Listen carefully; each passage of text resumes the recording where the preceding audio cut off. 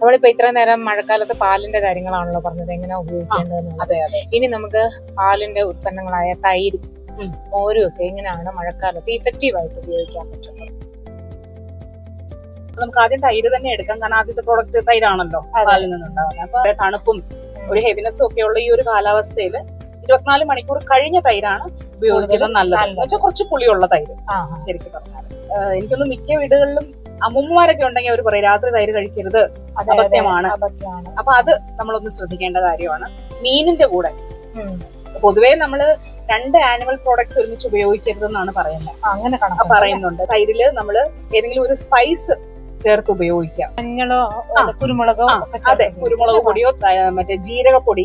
North ഇന്ത്യയിലൊക്കെ നമ്മള് മറ്റേ സലാഡ് റൈത്ത അവർ പ്രിപ്പയർ ചെയ്യുമ്പോൾ വെജിറ്റബിൾസ് ആഡ് ചെയ്തില്ലെങ്കിലും ജീര പൗഡർ അവർ ആഡ് ചെയ്യും. ഈ ജീര പൗഡർ നമ്മൾ വറുത്തിട്ടാണോ? അതെ, വറുത്തിട്ട് പൊടിച്ച് ചേർക്കുന്നത് തന്നെയാണ് നല്ലത്.